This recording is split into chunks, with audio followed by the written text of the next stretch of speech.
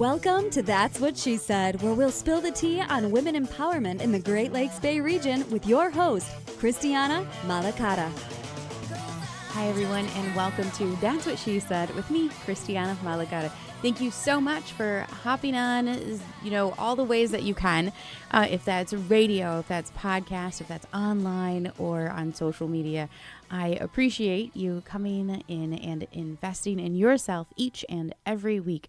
There are so many ways to tune in, as I've listed, but, one of my favorite ways is through WSGW 100.5 FM and 790. And that is on Saturday mornings at 8 a.m. and then also Sunday evenings at 6 p.m. And those are some of my favorite ways to tune in. It just feels very authentic. If you want to go back ever to go look at the archive of episodes of these wonderful women from the Great Lakes Bay region of Michigan, you can do that on YouTube. You can YouTube That's What She Said with Christiana Malacara, or anywhere that you are listening to your favorite podcasts. We live there also.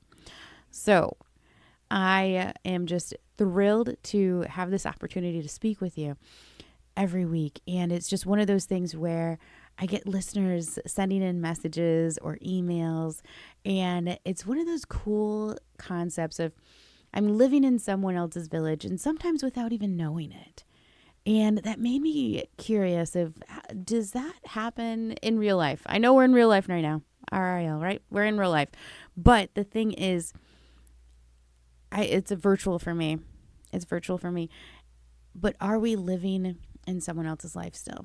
Is there a friend? Is there, a student, a coworker, a past relationship that we still happen to cross their minds? Some of their decisions are based off of what we've lived through with them. Are we still with them in their decision making now? And so with that train of thought, I thought, oh, geez, there's this wonderful story, and I'll have to share it another time. But there's this wonderful story of always, making the impression that you want to last to that person in that moment. Because we've talked about it before, that 1 degree method, right? We're on this path, and each person along the way kind of pushes and pulls and tugs us in one direction, 1 degree, before we know it, we look up and we're like, wow, look at this amazing place I'm at. But the existence of being in someone's village and not even knowing it, just putting that impact on someone in a positive, or, maybe it could not be a positive way, but putting that impact on someone and letting it last. How amazing is that? That just with your voice and your action, you have that power. I have a amazing woman with me today, and I want her to introduce herself because her title is beyond just her name. We're already giggling over here. So, hi. Welcome. Thank you.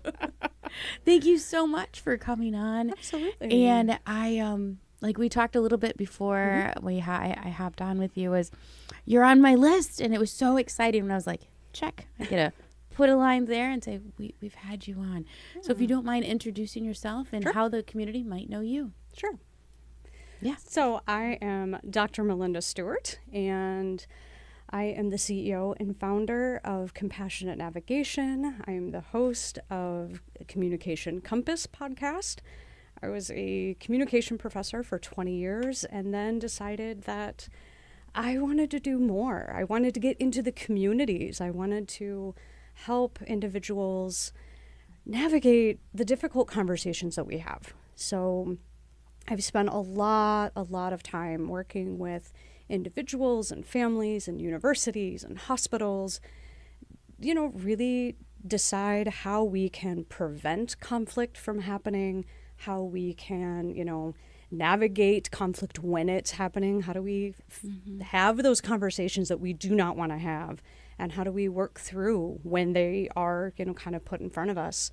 And then also, what do we do after that rupture occurs, right? Conflict happens. And it's actually a really good thing when conflict happens. It makes us stronger. It shows us who we are. It shows us who other people are. And so I want to help people make that be a lot more mindful and impactful, so that when it occurs, and it's not an if it's going to occur, when it occurs, how do we repair that rupture? How do we move forward and not just let relationships or workplace experiences just fall apart? This sounds like a big task, Malynnda. Yeah, it is.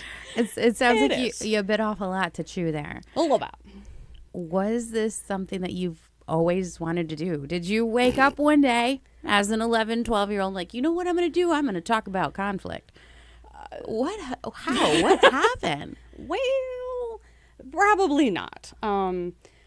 I think I've always kind of been that person that when conflict is occurring, I'm the person that people come to and they're like, I need to talk to you about this.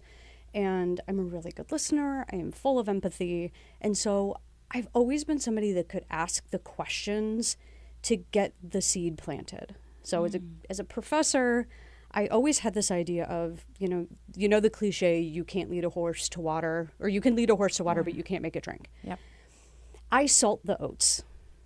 I want to give people enough ideas. I ask the questions because I can't make you figure things out, but I can ask questions.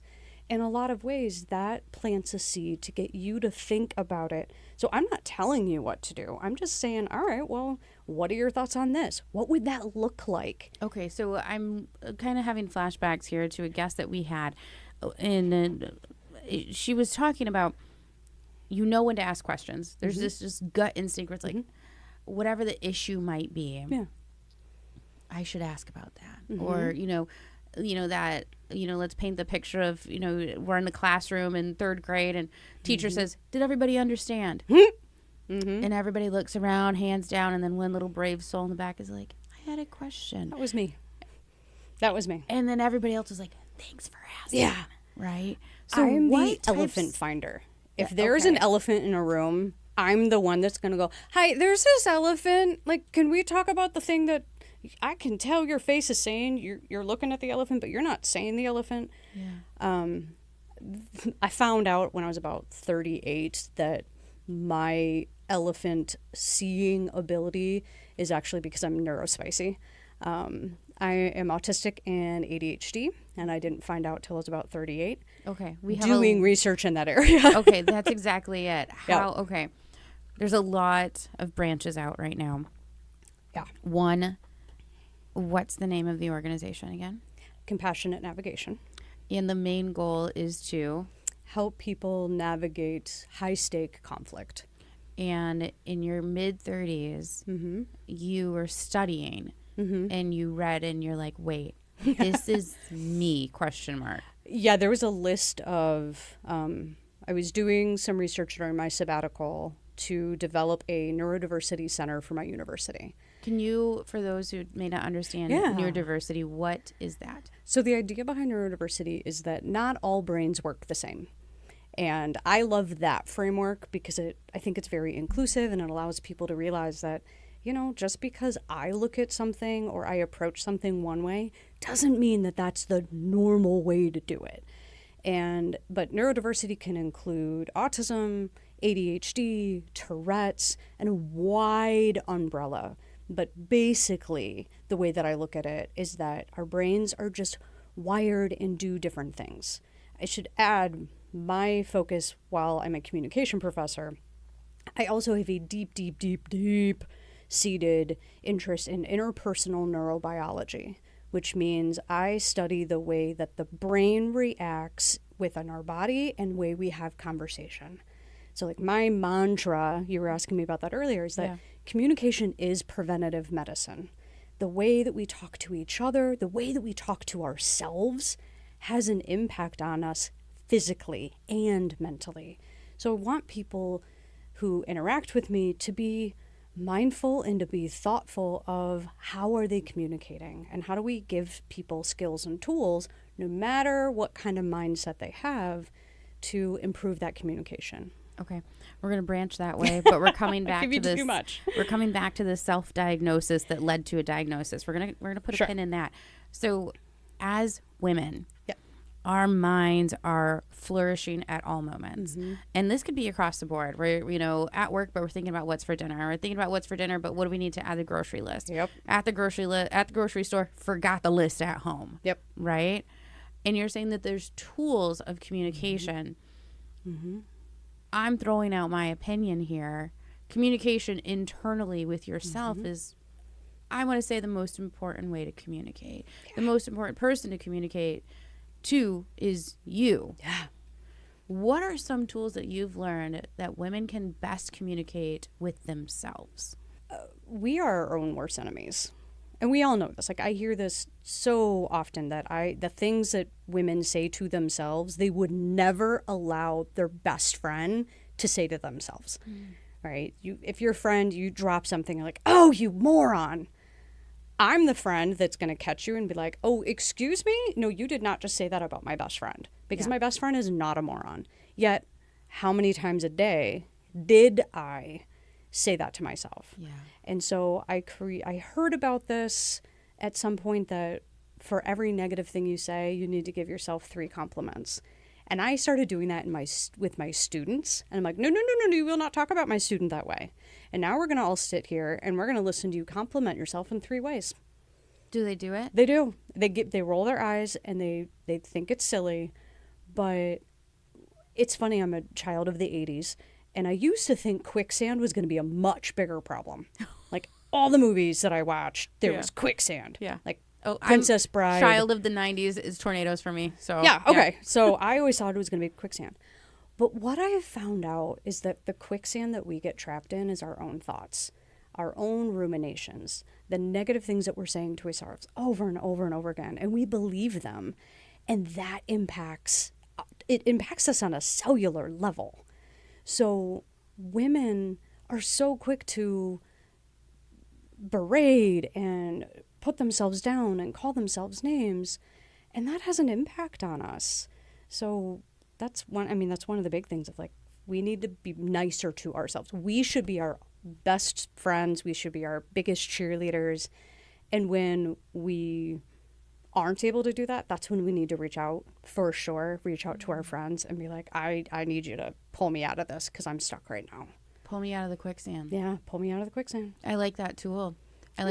It's, we have listeners of all ages, and I think that that's something that we can all relate with, right? Mm-hmm. We get down on ourselves even when it's just you walking across your living room and you stub your toe and, why did I do that? I'm such an idiot. Yeah. Or, the bigger things too. Yeah. But it starts with a pause. Everything starts with a pause. I read about this in Buddhist practices. Viktor Frankl, an amazing author and Holocaust survivor, wrote the book Man's Search for Meaning. And it was a book that I read in undergrad, and it wildly changed my life forever.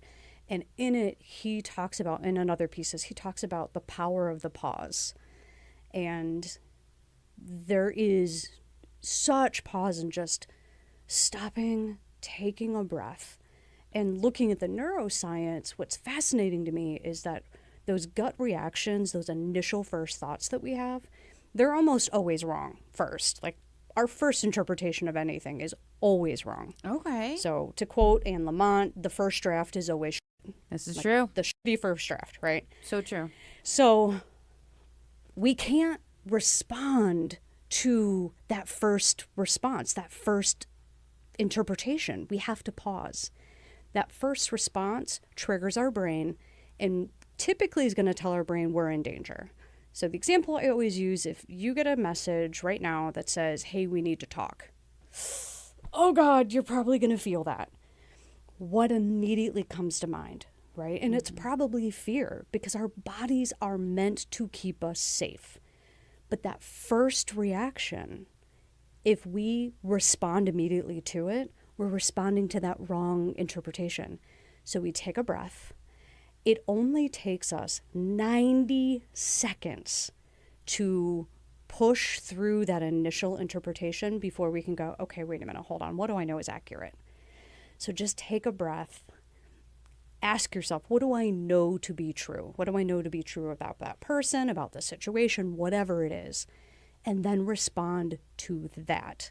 Don't respond to that initial emotional. Like gut, bodily feeling. Take a breath, maybe 2 or 3. And if you're with somebody and they just said something to you that like caught you off guard, just say, wow, that I need a second to think with that. let me take a minute. So we're reanalyzing the situation Yeah. before we get in. So we're practicing this pause. There's, you're describing tools, reaching out. Hey, pull me out of the quicksand. Mm-hmm. Come check me because I can't check myself. Yep. In decision making, what is this actually telling me? Mm-hmm. Let's pause. So we're looking externally. We're looking internally. Yep. Yeah. Is there ever a time when it's a moment of decision making where you should go with your gut? That first, like, I need to do this right now. Yes. I mean, maybe not that initial gut, 'cause, like, sit with it for 90 seconds. Every decision you can make can wait 90 seconds. We have this, I call it the false urgency feeling. Like, we feel like we have to respond to this right now. In reality, everything can wait 90 seconds. We can take the time to really check in. Do I feel safe? And I would say that's the piece. If I don't feel physically or mentally safe, I'm out. I need more time. I need to get away from the situation, away from that person, so that I can really figure out what's going on and get myself safe. If I'm not safe, I need to get away. We need space, time, and at least 90 seconds to analyze it. So Yeah. all of this information that you have, Mm-hmm.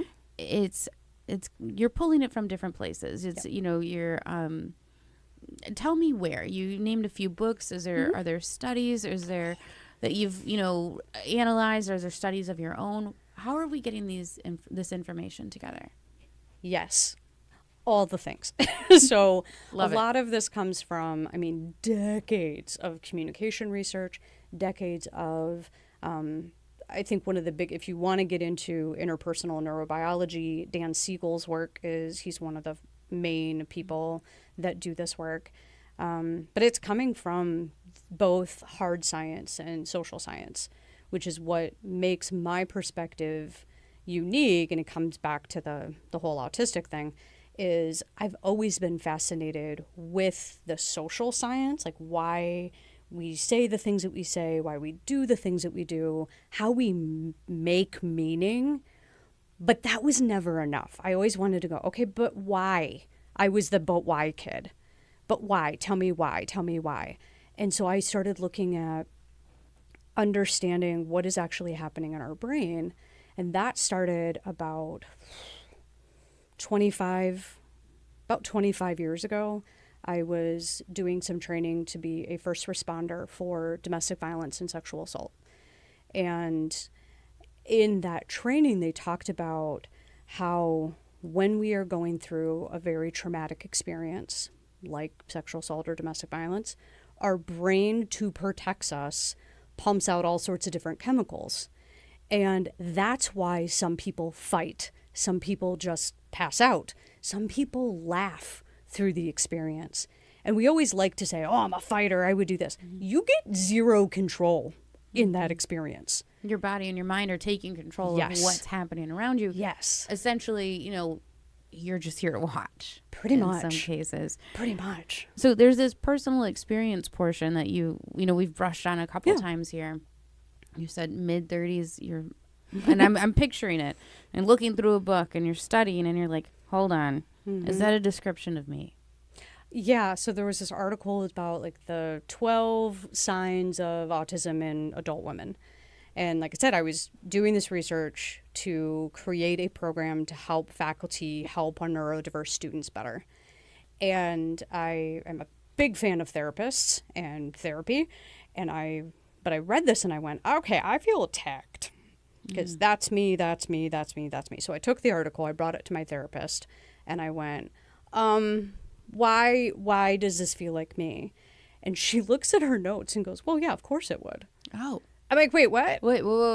Unpack that. You're sitting there with an article and it's like, they're describing these people and I think I'm one. Uh-huh. I can imagine like this whole like brain detachment of what? Yeah. And she was like, yeah, of course you are. I was like, how did that make you feel? Even more attacked. I was like, well, what do you mean? So she flips through her notes. And the piece of this is that I had a previous therapist for a while. And helped me get through a lot of stuff. She retired and passed me on to this new therapist. Okay. She had diagnosed me. Didn't inform me of any of this, but she put in my notes and she's like, yeah, I've got all of these results. I have all of these things. I thought I was just, doing these different tests to just kind of figure out, how I was processing things. But I had no idea that she was actually looking at that aspect. And she had written in my notes that she was pretty certain that I was autistic and definitely had ADHD. Did you interpret that diagnosis as, oh no? Or was it like, well, that explains a lot. Okay. Yeah, it wasn't a no at all. I think mainly because I had been working with that population for a while. I know lots of autistic people, and once you know one person who's autistic, you know one person who's autistic. We're all very different. And I had read a lot about ADHD in women and why it's so rarely diagnosed as kiddos because it looks very different. I'm not the overexcited, need to be, the clown in the room. I am the quiet one who just observes, but I can get really, really deep into a thing, calling hyperfixation. But then, I can also kind of bounce around and need nuance and shapeshift. Yeah, pretty much. I call it shapeshifting. Yeah. I don't know if that's just a term of mine, but we are going to actually dive a little deeper into that in the second half of That's What She Said. We have Malynnda Stewart with us. So tune back in for the rest of the conversation. Thanks.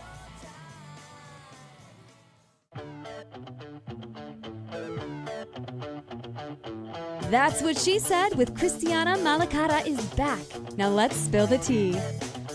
Hi, everyone. Welcome back to That's What She Said with Christiana Malacara.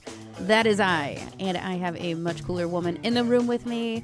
Her name is Malynnda Stewart, and in the first segment, if you missed it, I'm sorry. You got to go back and listen because we definitely dropped a lot of pearls, spilled a lot of tea, and we're going to continue the conversation. We left off with Malynnda finding out that she was neurodivergent. Mid-30s. This diagnosis comes as a surprise, you said, but not a shock. Right. But also, why are women getting diagnosed with this later in life? Like, what is happening? So, one, we know a lot more now, right? There's a lot better ways to diagnose things. We have a lot more understanding that it's not just this cookie cutter idea. And, like I said, 80s, in the 80s, we didn't talk about things. Like, you didn't talk about emotions. You didn't talk about that. And there was just kind of these ideas of, well, this is what autism looks like. This is what ADHD looks like. And that's it. And those were the more extreme versions of this. So we now know a lot more of what this looks like. And for women in particular, the studies that I have read all kind of talk about it definitely, especially with ADHD, it rarely looks the same as this hyperactivity.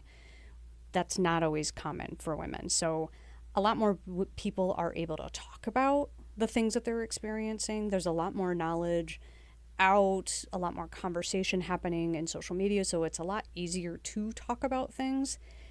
It's still not easy to get diagnosed. A lot of people self-diagnose, and I think for some people that can be really helpful, just kind of understanding, okay, my brain works a little bit differently. I need these types of things, these types of tools. So it sounds like there's this almost pros and cons to the accessibility of big time online anything. We're talking about it, kind of like this veil's been lifted. Like, okay, the stigma's gone, taboos, it's fading away from therapy and, diagnoses. But then also what you're saying here is we have this population of people in general who are just diagnosing themselves and self-care, self-treating themselves, and then moving forward. Well, I won't say they're self-treating. I mean, they might be. People do self-medicate in a variety of ways. And that's one of the things that with the conversation that I had with my therapist, I went, okay, well, am I supposed to be on medication? Do I need to do these things? And she said, well, let's talk about, is this impeding your life? And at this point, I am a tenured professor. So I have my PhD, I have written books, I have done all of these things. She goes, I don't see this hurting, impeding your life in any way. And I'm like, no, not really. It just helped me realize that when I'm doing certain things, like one of the biggest things is I don't like change. If you make plans with me, for example, I had plans with some friends to go to a restaurant, and I'd already gone online, looked at the menu, knew what I was going to want, had kind of planned my whole day. I'm like, oh, I cannot wait to get this grilled salmon salad. This is going to be delicious. And then we get there and they're closed. And so I get this message when I'm on my way there. I'm like, oh, we're just going to go to this burger joint down the road. I had to pull over for about 15 minutes and give myself a moment to regulate my body because I was freaking out. Okay. I was mad. What are the symptoms of freaking out? Because plans change all the time for women. And at the beginning of your story, you know, I saw the menu, I looked it up, I know what I want, I'm excited for this thing. I started thinking, oh, I don't like using the word just, but like, that's just a type A person. She's a planner. Oh, I'm definitely a planner. But then you said, then I freaked out. Oh, yeah. What does that freak out look like? If we have a listener who's like, hold on, press pause. Yep. Is this me? For me, and it can look different for other people, but for me, It was my blood pressure immediately went up. I was shaking. I was crying. I was pissed, like an uncontrollable rage. And some of it was at my friends. Some of it was at my restaurant, like at the restaurant. Like, how dare you not put on your website? Like, how stupid are you that you didn't put it on? Like, rage. Real emotions. Real physical and mental emotions. Like, I could not control what was happening to me. And I called my partner at the time and I just called him in because he knows how to talk me down. And I was like, I cannot let my friends see this. I need you to talk me down. I know that this is irrational. And he goes, well, a little, like, you don't like change and that's okay. And I just had to process it, do my deep breathing, do the things, because at that point I knew that I was having a meltdown. So for our listeners in the first portion, I asked for tips and advice and tools. And it sounds like one of those pieces of advice were to call someone in to pull you out of the quicksand. Yep. Check. Practice this pause first. Yep. Pause first. You pulled over to check in with yourself and was like, I'm angry and I don't want my friends to see me this way because this is not my genuine me. Yeah. Okay. Well, it's also a big thing with neurodiversity is that we mask. And I don't want my friends to see me act like that because that's not the best look. Like, you're getting mad that you don't get a salad. Like, I mean, for most people, it's like, okay, calm down. It's a damn salad. Right? Yeah. Yeah. But it was, especially in that moment, it was so much bigger than that. And I could not control what was happening in that moment. So I knew that I needed to just pull over and be like, okay, for safety wise, like your blood pressure, you're shaking, like that's not probably a good idea for driving. And I knew I could get it through faster by calling my partner and having them help me just kind of think through it and take some deep breaths. And then I went and saw my friends and hung out and everything was fine. But just kind of. Was that a pivotal moment in this journey, or is there another moment where it was like, aha, like this is actually part of my life now. Like now that I'm more aware of this. Okay, this is our normal. The more I read and got to understand just the differences that it can include, I kept having multiple things. And I pull that then into the work that I do now, and that's like a big piece of what I do now, because I started then working with, well, as a patient advocate, which is kind of the piece between doing the conflict mediation stuff that I was doing. I was working with LGBTQIA patients, and a lot of people in that community are also neurodiverse. And so I started wanting to, that's kind of where it started, is I wanted to be able to help my patients and my students a lot better. Okay. And I noticed that when they were going through conflict, they were responding in these wildly different ways. We're much, much quicker in what we call flooding, where you have too many chemicals going through your brain and you just shut down. Okay. And the reason that we do that, and you can think of if you've ever had to have an argument with a 2-year-old. Oh, check. Yeah. Right? Have you ever tried to be logical with a 2-year-old? No, it's impossible. Right. That's because their prefrontal lobe of their brain isn't developed yet. But we're treating them as if it was. So when we are stressed, when we are scared, when we are angry, we lose access to that part of our brain, which basically makes us turn into a pissed off 2-year-old. Okay. So I'm going to go out on a limb here. Yeah. You know, overwhelmed, constant change, needing to adapt this, you know, I think I called it like a shape shifting almost.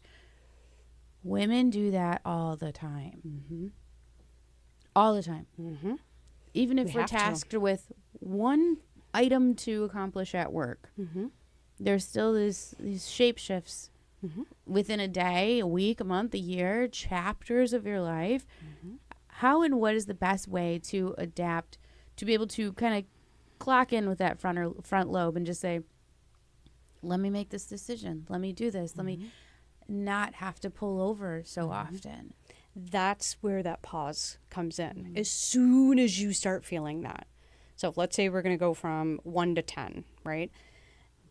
Levels 1, 2, and 3. You're feeling it. You're noticing it. Maybe you're turning red. Maybe you're getting shaky. Could be a wide variety of things. But as soon as you start noticing, this isn't feeling good, we need to stop and take that pause and check in. Okay, what's the truth? Because, you know, we have this thing of like our gut instinct, our intuition, and people are like, well, what's the difference between my intuition and like fear and anxiety? It's very simple.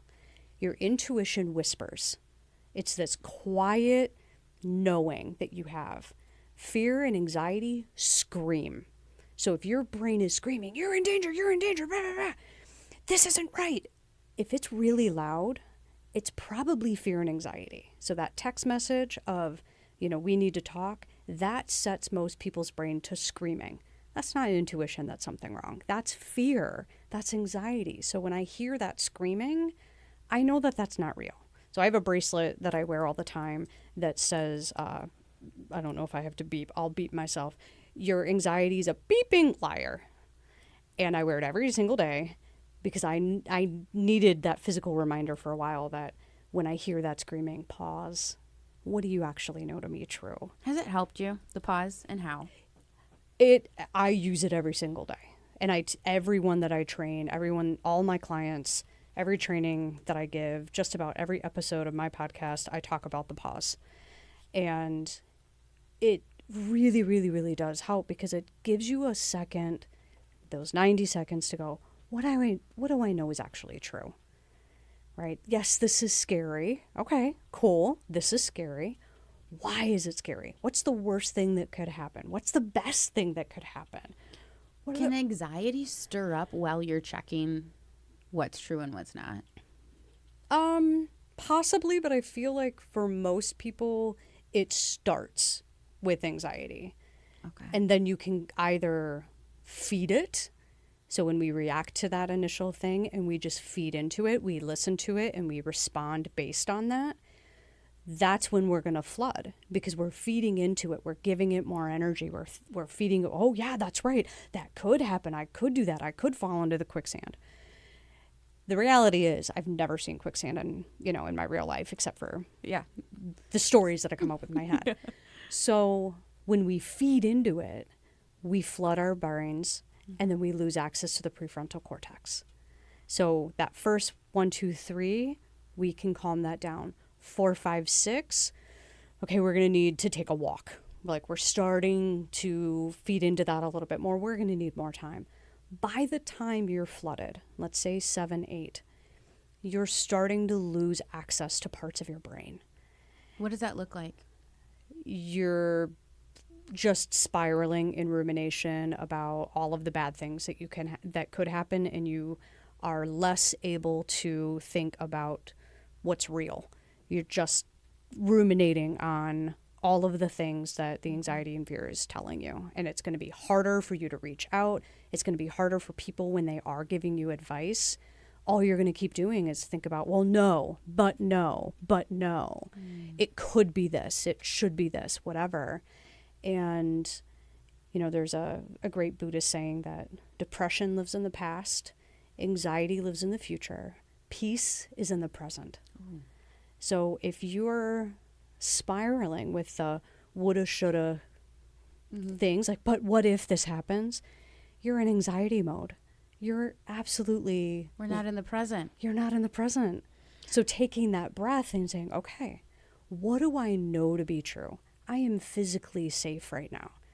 Right? And what's interesting about the brain is that our brains don't know the difference between physical danger and psychological danger. They treat it the same way. Physical danger is different than a psychological danger. Yes. So Can if we a have an bear example? were to come in, that's a Okay. physical danger.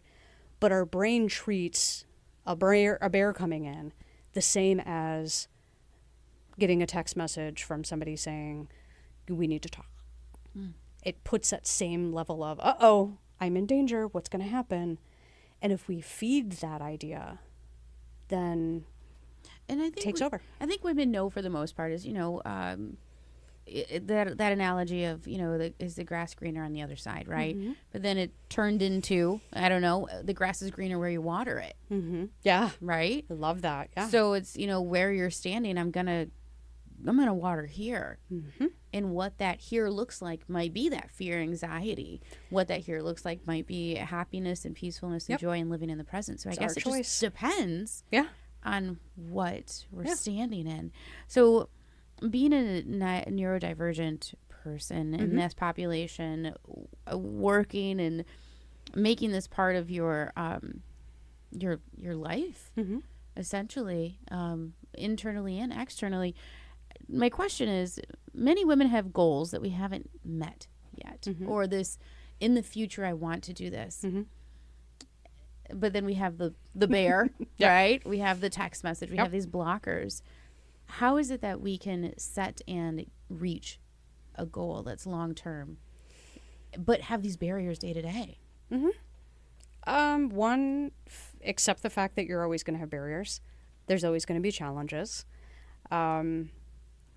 Neil Gaiman, in a commencement speech a number of years ago, talked about identifying what's on top of your mountain. And so what is your goal? What is, you know, and we might not know how to get there, but we have to identify what that goal is. So I'm a carrot chaser. I've always been a carrot chaser. I set big goals. I have these big ideas, and I don't know how I'm going to get there, but that's part of the fun. And so I want to encourage women, like, set those big goals, those big, scary, audacious goals, right? Set them. And then keep looking to where it is. And when you have challenges, one, sometimes we just have to go, oof, today was not a great day. Today I don't have the spoons to do it. I don't have the energy to do it. Or I wasted some energy, because we're gonna have those days. We're gonna have those opportunities that are distractions. But again, freaking pause. Ask yourself, is what I'm facing right now, is there something I can learn? Is this maybe something that I'm being challenged so that a door can open to help me get up that mountain? Or is this taking me to a completely different mountain? Might be fun, might be exciting, might be a lot of money, might be XYZ, but is it going to help me get to that goal? And if I always kind of pause, reassess, what do I know to be true? Who do I maybe need to talk to kind of navigate that path? And then we're going to get there. And that's going to help us get through those barriers. What's the carrot you're currently chasing? One is I have this vision. So right now compassionate navigation, we're doing things internationally. I'm working with clients nationally. I'm working with, I'm speaking at a national and international thing. Want to keep doing that. But I also have this dream, especially for the Great Lakes Bay region, of creating a center called The Harbor that will be a place for people, families, individuals, even organizations to do training to learn how to navigate conflict, keeping their nervous systems regulated, learning ways that when they're working with another client, when they're working with a family, let's say I'm a hospital worker and I have a family who's screaming and yelling at me, I want to teach them how they can regulate their nervous system, recognize what's happening in that other person, and help them calm down without saying the words calm down, because that's never helped anybody. Never help. No. Don't tell me to calm down when you're, spiraling. Yeah, Okay. because that's just never going to work.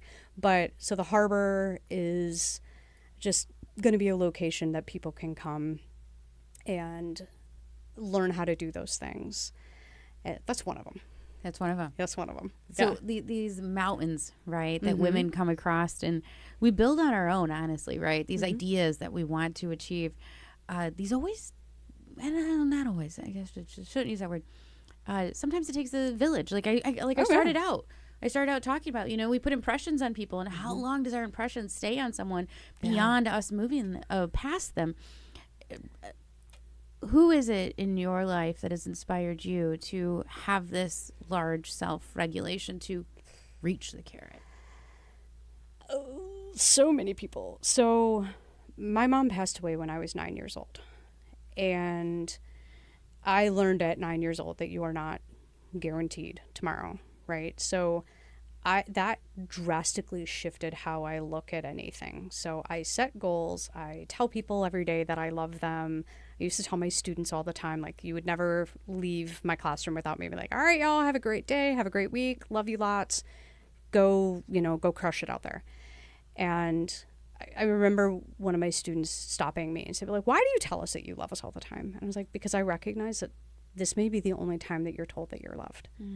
And I want to make sure that at least when you're in my presence, you know that I care about you, that I appreciate you, that I'm cheering you on, because I think that that's really important.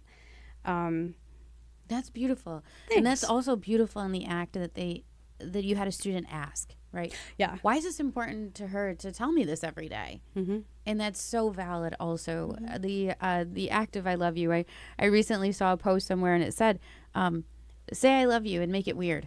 Yeah. Make it weird. Make it weird. Make it super weird. So I'm going to ask you, our big question here is, what is a piece of advice that you would give to a woman?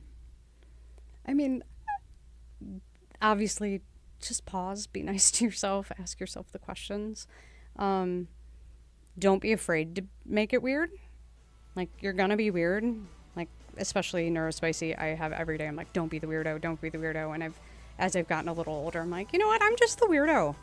That's cool. I'm going to be fun. I'm going to be authentically me. And I try to do my best. I try to offer my best, and some days that works, some days it doesn't, and I learn each and every day. And I think that would probably be, besides the just pause, would be look for the lessons. Oh, I like that. What did I learn in that? So sometimes, I'm gonna try something big and I'm gonna fall flat on my face. Right? Quote Brene Brown and like the arena. Like, I'm gonna show up, I'm gonna be vulnerable, and sometimes I'm gonna fall flat on my face. I really appreciate those pieces of advice. It looks like we have be the weirdo, practice the pause, and you're gonna learn a lesson. So thank you so much for being on. That is Malynnda Stewart. Thanks. And that's what she said.